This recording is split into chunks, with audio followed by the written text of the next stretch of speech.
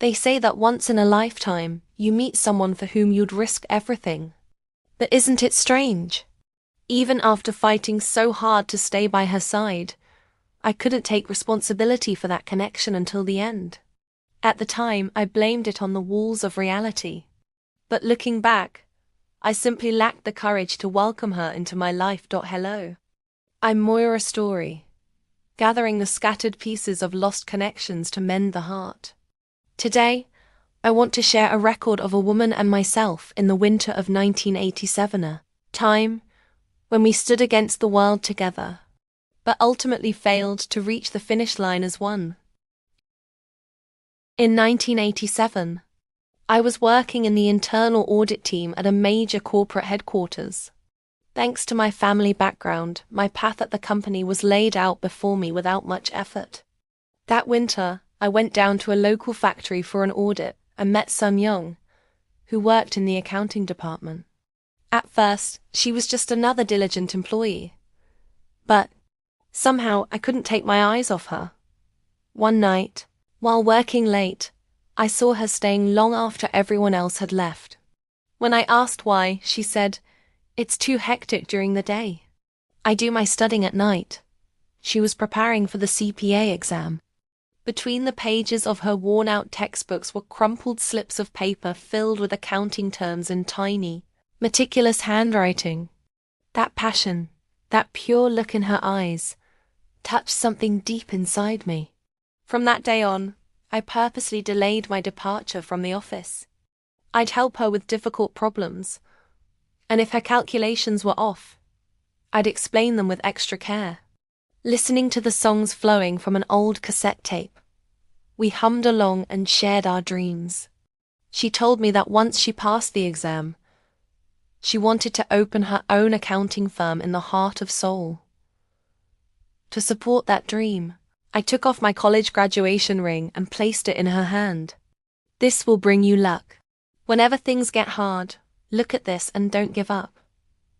Giving her the symbol of my own dreams, I wanted to protect her future at all costs. Lost in our work, the factory would grow silent until only the two of us remained.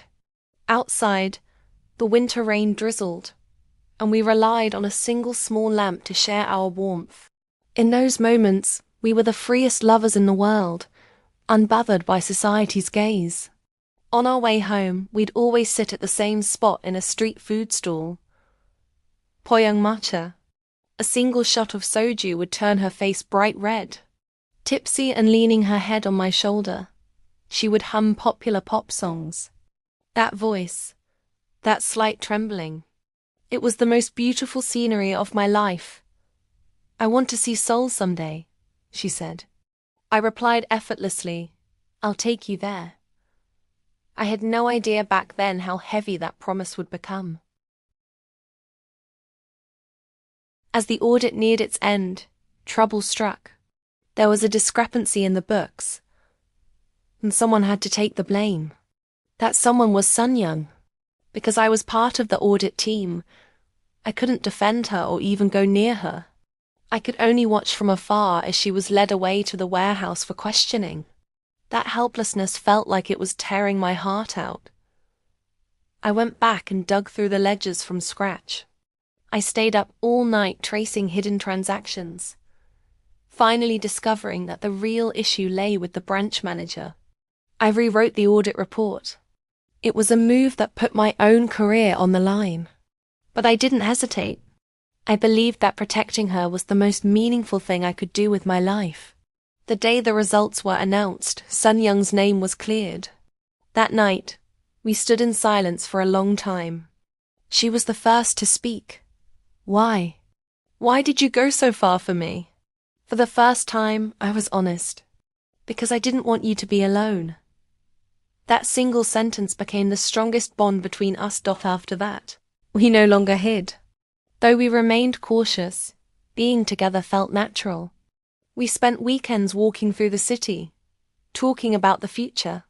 My time with her was the strength that sustained me. I truly thought, I want to go to the very end with this person. But the world isn't that simple.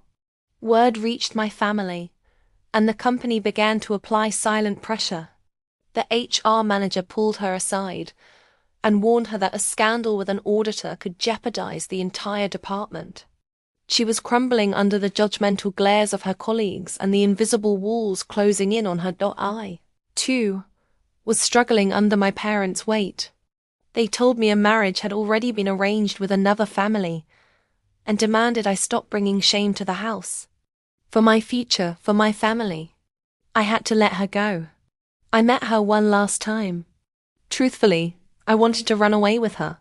I wanted to ask her to leave everything behind, but I couldn't say it.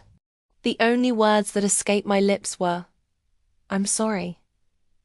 She looked me straight in the eyes and gave a sad smile. "This is far enough. This is plenty." Those words were her declaration that she would shoulder all the blame and leave to protect me. Her grace only made me feel more cowardly. A few days later, she left the company quietly. She left behind nothing but a single resignation letter. Her worn-out accounting books, the tiny stubs of pencils she had sharpened herself, everything was gone, as if she had never existed. I couldn't even begin to imagine the expression on her face at the arranged marriage meeting she was pressured into. I returned to headquarters as planned and kept my head down, racing forward. I climbed the corporate ladder and reached the position everyone envied, but a corner of my heart always felt like it was searching for that lost ring. Yet, coward that I was, I never looked for her. I lied to myself, saying I had no right to find her, denying the person I used to be. Then, not long ago, just before my retirement, I happened to flip through a business magazine and saw a familiar name. First-generation female CPA, Kim Sun-young. In the photo, she wasn't holding my clumsy ring. Instead, she stood as a towering figure of respect, backed by thousands of documents and the admiration of her juniors.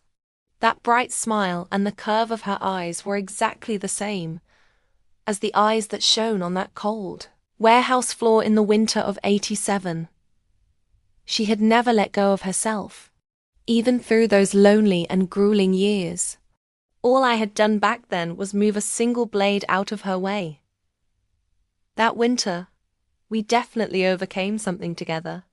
The warmth of the soju we shared against the cold wind, the synchronicity of the numbers we calculated through the night, and the firm illusion that as long as we had each other, we would be okay. But the one who failed to cross the final hill wasn't her. It was the cowardice inside me. I'd protected the love, but I didn't have the courage to protect the life that was meant to hold that love. Looking back, I think life is a process of manifesting countless what-ifs. If I had taken her hand that day and left, what kind of sunset would we be watching together now? Or would we be living so passionately in love that we wouldn't even have time for this regret? Where do you stand now, between the paths of love and reality? Are you, like me, living with a beautiful regret buried in your heart?